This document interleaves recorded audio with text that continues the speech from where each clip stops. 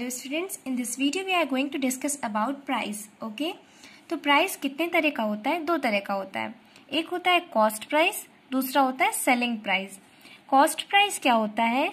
जैसे कोई भी सेलर है वो जहां से चीज परचेज करता है जिस प्राइस में, उस प्राइस को कहते हैं कॉस्ट प्राइस.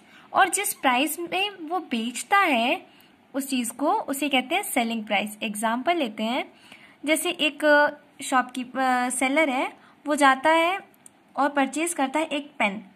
ठीक है, सेलर क्या करता है? परचेज करता है एक पेन को कितने रुपीज में? 5 रुपीज में, और उसको बेचता है 7 रुपीज में. तो कॉस्ट प्राइस क्या हो जाएगी? 5 रुपीज, और सेलिंग प्राइस क्या हो जाएगी? 7 रुपीज.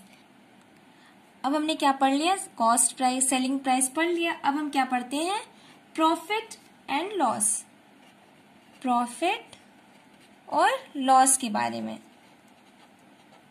ठीक है, जैसे कॉस्ट प्राइस कम है और सेलिंग प्राइस ज्यादा है, तो ये हमें क्या हो रहा है? प्रॉफिट. और अगर कॉस्ट प्राइस ज्यादा है, सेलिंग प्राइस कम है, तो ये क्या हो रहा है? लॉस. ओके स्टूडेंट्स, अब हम क्या निकाल प्रॉफिट परसेंट कैसे निकलता है? अगर हमें प्रॉफिट परसेंट निकलता है, न्यूमरेटर में हो जाता है प्रॉफिट, जितने का हमें प्रॉफिट हुआ, अपॉन कॉस्ट प्राइस डिनोमिनेटर में इनटू 100. ये फॉर्मूला होता है प्रॉफिट परसेंट निकालने का. हम हमेशा डिनोमिनेटर में कॉस्ट प्राइस ही होता है. अब हम लोग निकालेंगे लॉस परसेंट. लॉस परसेंट कैसे निकालते हैं? ये सेम प्रॉफिट परसेंट की तरह ही है, पर यहाँ न्यूमरेटर में बस लॉस परसेंट हो जाता है और डिनोमिनेटर में कॉस्ट प्राइस हो जाता है इनटू 100. ओके, अब हम पढ़ते हैं नेक्स्ट टॉपिक, जो कि है कंपाउंड इंटरेस्ट. कंपाउंड इंटरेस्ट क्या होता है? लेट अस सपोज हम एक बैंक से बोरो करते हैं 1000 rupees.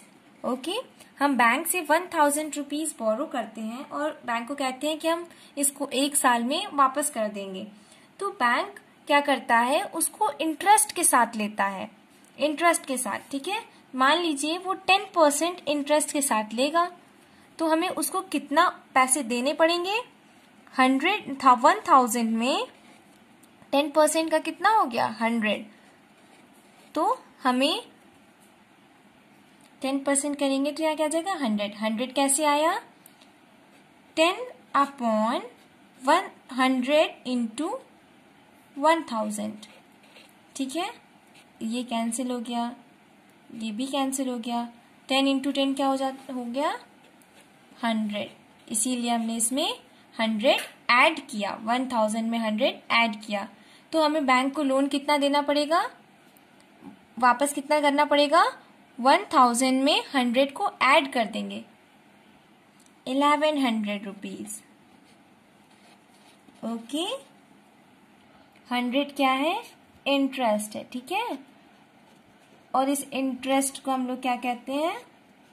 Simple interest. Simple interest.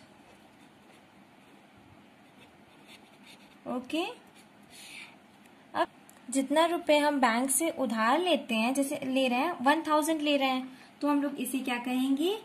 Principal. क्या कहेंगे? प्रिंसिपल.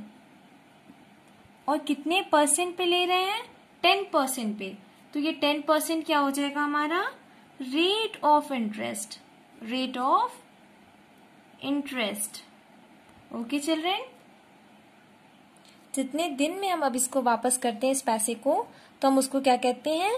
जैसे 1 ईयर में वापस कर रहे हैं, तो उसे क्या कहेंगे? टाइम. अब ये जो 1100 आया है, वो क्या हो गया हमारा? अमाउंट. इसे क्या कहते हैं? अमाउंट. अमाउंट क्या होता है? Principal plus interest. इसे हम लोग क्या कहेंगे? अमाउंट कहेंगे. Principal plus interest. अब हम पढ़ते हैं कंपाउंड इंटरेस्ट के बारे में.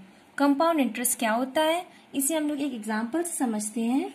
जैसे हमने बैंक से बोरो किया 100 रुपीज, कितने 10% रेट पर, ठीक है। 10% रेट पर हमने बोरो किया तो 1% उसको सेलिंग प्राइस पे, 1% उसको सिंपल इंटरेस्ट पे लेता है और दूसरा पर्सन उसको कंपाउंड इंटरेस्ट पे लेता है। ओके, 1% उसको सिंपल इंटरेस्ट पे लेता है, 1% उसको कंपाउंड इंटरेस्ट पे लेता है। तो 3 साल में जब वो ये पैसे वापस करता है तो उसको कितने पैसे वापस करने होते हैं वो हम निकालते हैं। जैसे फर्स्ट ईयर में पहली बार, फिर सेकेंड ईयर, फिर थर्ड ईयर। तो जैसे 10% रेट दिया है, 10% रेट दिया है तो 1 ईयर में उसको कितने देने पड़ेंगे, 110, और सेकेंड ईयर में 120, थर्ड ईयर में 130। अब ये कैसे आया, अब हम इसको कंपाउंड इंटरेस्ट पे निकालेंगे तो क्या आएगा, 1 ईयर पर 110, ये हमारा अमाउंट है, ठीक है। अब इस अमाउंट पर 10% पर इसका कंपाउंड इंटरेस्ट कितना हो गया, पहले ईयर पर 110 रुपीज, फर्स्ट ईयर में 110 रुपीज हो गया। अब सेकेंड ईयर में जब हम लोग आ रहे हैं तो 110 जो दिया है, अब ये हमारा क्या हो जाएगा, ये अमाउंट हमारा सेकेंड ईयर का प्रिंसिपल हो जाएगा। तो हम इसका परसेंट फिर निकालेंगे तो 110 इंटू 10 अपॉन 100, ये कितना आ गया, 0, ये सब कैंसिल हो गया, 11 आ गया। तो मतलब सेकेंड ईयर में 110 में हम लोग क्या ऐड कर देंगे, 11 को, तो क्या हो जाएगा 121। ऐसे ही थर्ड ईयर में जब आएंगे तो ये 121 जो दिया है वो हमारा अमाउंट है सेकेंड ईयर का, और थर्ड ईयर में ये क्या हो जाएगा, प्रिंसिपल हो जाएगा। तो 121 इंटू 10 अपॉन 100, ये कितना आया, 0 से 0 कैंसिल, 121 अपॉन 10, तो ये क्या आया, 12.1, ठीक है। अब ये ऐसे कैसे, ये क्या होता जाएगा, पहले वाला कंपाउंड इंटरेस्ट में बस ये होता जाएगा कि जो अमाउंट है वो प्रिंसिपल बन जाएगा दूसरे ईयर में, फिर दूसरे ईयर का अमाउंट प्रिंसिपल बन जाएगा थर्ड ईयर का। अब जैसे कि अगर हमें कंपाउंड इंटरेस्ट निकालना है, कंपाउंड इंटरेस्ट निकालना है 10 ईयर पर, 15 ईयर पर, तो हम इसे कैसे निकालेंगे, इसका एक फॉर्मूला होता है। फॉर्मूला क्या होता है, P ब्रैकेट के अंदर 1 प्लस R अपॉन 100, ठीक है, और इसकी पावर n। यहाँ पर P क्या होता है, P होता है प्रिंसिपल, और n क्या होता है, टाइम, और R क्या होता है, रेट।